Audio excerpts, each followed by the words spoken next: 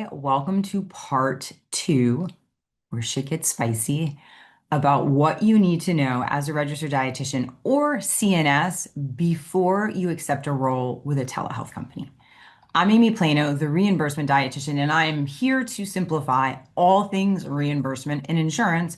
And because this is such a hot topic, I felt like it would only be fair as your big sister to kind of paint the context of what happens in these companies. So, in case you missed it, go back and watch part one because that's where things actually matter even more. Today, we're getting into three additional things you guys need to know before you sign the contract, right?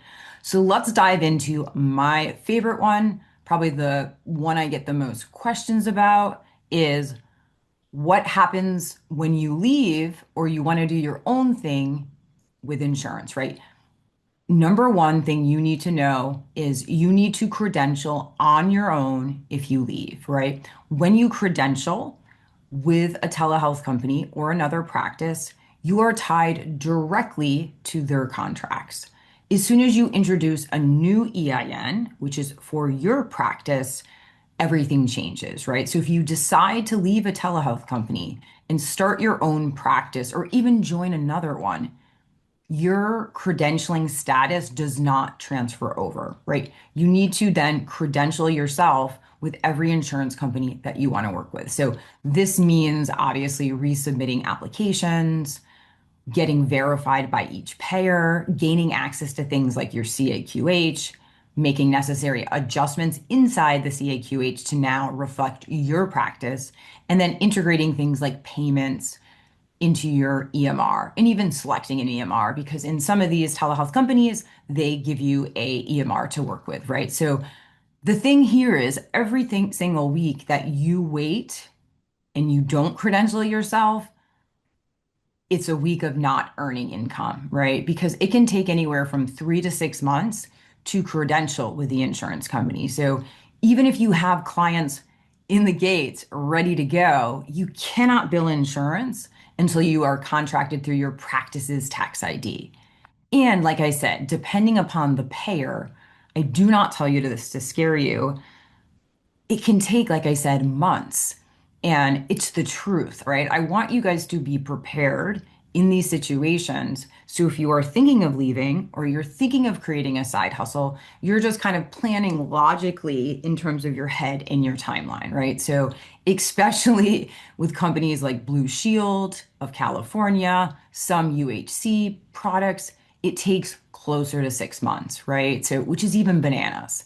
So if you're leaving or you're thinking about leaving or you want to do your own thing eventually, you want to be proactive about your credentialing, right? So if not, you're really going to have a difficult transition because you're going to lose 6 months of your time, right? So that's the big one, right? Your credentialing status with the telehealth company does not transfer over. And essentially, we need to start from scratch. Number two, this is a hard one for dietitians to understand because historically, this is not the role that we exist, right? With many of these telehealth companies, you are likely a contractor, not an employee, right? And so this is how a lot of the telehealth companies structure the way in which you work. Not all of them. Some of them you are employees.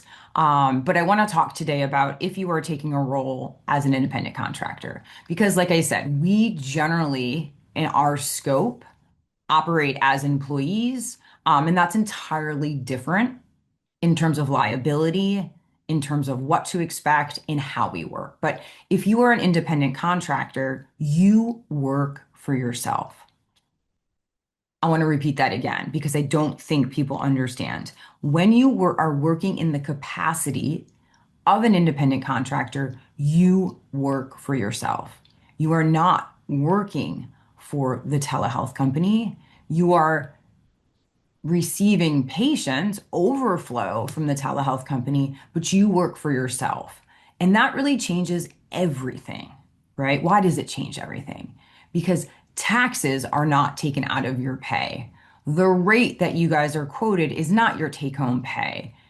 So ultimately, you are responsible for setting aside money to pay your own taxes, right? And so I don't think everybody understands that. If you work for as an employee, the taxes are taken out before the money even arrives to you, right? But in this scenario, you are paid a flat fee, and it is your responsibility to pay your taxes on that money, right? So if you're not planning for that, it can catch up with you really fast.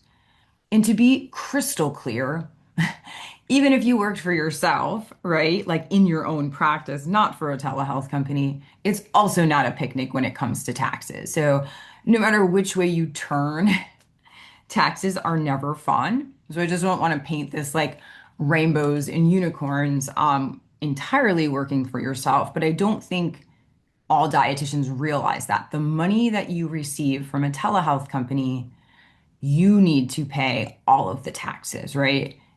You pay taxes when you work, say, full time in your private practice. You pay income tax and the self-employment tax as well. So I know it may not sound like something significant, but if you're making a lot of money, you will be paying a relative amount on those taxes, right?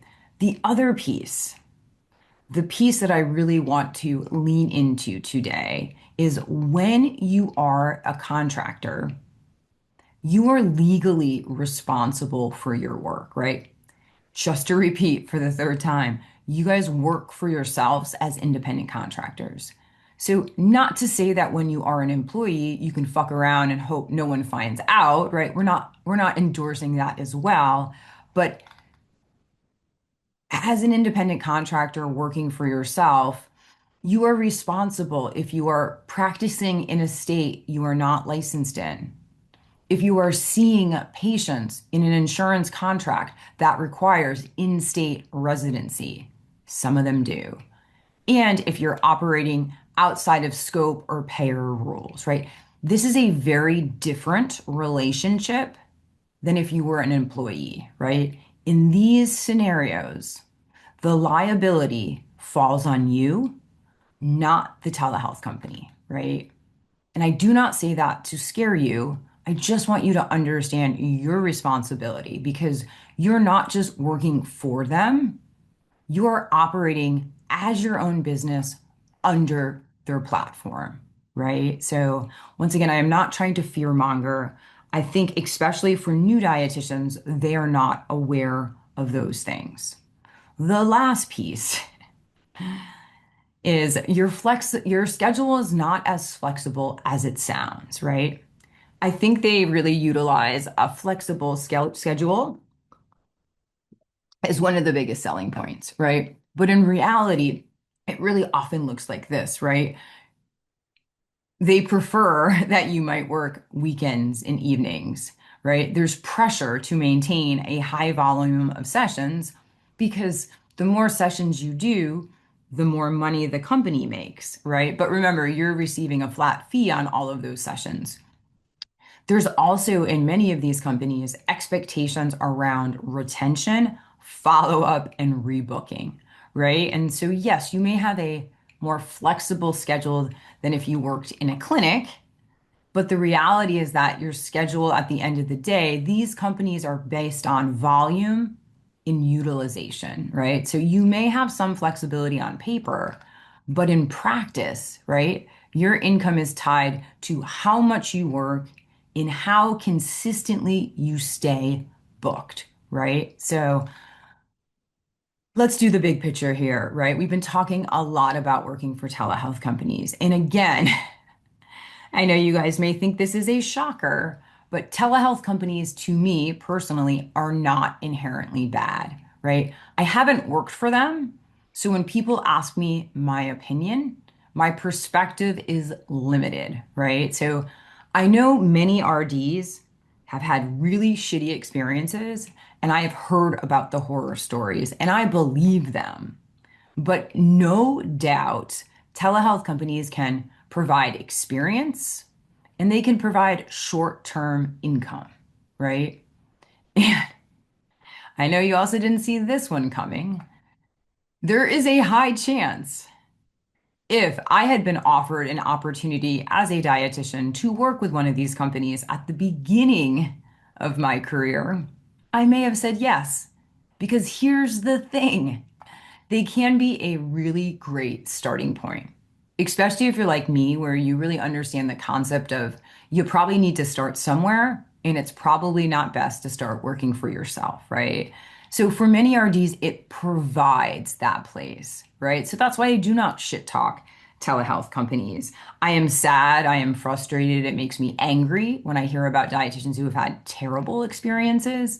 Um, but it's hard for me to talk shit because it is not the perspective that I know because I do not work for these companies. But if your goal is more income, more control, or building something epic that's your own, it's just really, really, really important that you understand the full picture before you walk in. Because once you see it, you cannot unsee it, right? So let's bring this full circle, right? If you're reading this, if you're listening to this and you're thinking, I don't know how insurance actually works. I have no idea, Amy P., how to credential on my own. I don't even understand how to get paid on my own. And I would not know where to start, right? Understood. I've been seeing this gap for years, especially for dietitians working for telehealth companies. There is a massive gap there, right? And so that is exactly what we fix inside my Reimbursement Academy. We have level one set up just for dietitians like you. It costs less than $100 per month. And inside, you basically get all of the tools and resources you need to start your practice correctly. You get step-by-step credentialing. You get an understanding of what your business needs to look like. You understand how insurance reimbursement works, right? Because once again, remember, like we don't understand the back end when we're working for a company. And the most important piece, or at least the most important piece for me, is we set you up so you are not dependent on any other company to get paid, right? That is really important for me. That is what drove me to go into private practice was this sense of independence. So whether you're ready to leave, whether you're ready to start, in these scenarios, you are not starting from zero. So you embrace in level one, just like the education model. You will become crystal clear and ready to rock and roll in your own practice because you have all of the tools. So building the knowledge is always going to give you a shit ton of options, which you would not have otherwise. So once again, the three things you need to know today are you need to credential on your own if you leave these practices, right? You're a contractor, not an employee in many of these scenarios. And this concept of a flexible schedule is not always what it seems. So, if you have any questions or you need a refresher, go back to video one because we also covered three equally as important things that you need to know before working for a telehealth company. Or, per usual, drop your questions in the comments. My team and I will do our very best to answer them to the best of our ability. Always knowing Amy has not worked for a telehealth company, so my opinions and perspectives and frameworks are limited. I have run an insurance-based practice that offers telehealth services for the last 20 years, but please do not ask me my opinion. Aside from what I have told you, I do not have an opinion. More so, I just want you guys to be educated as your big sister. So I will see you guys next week.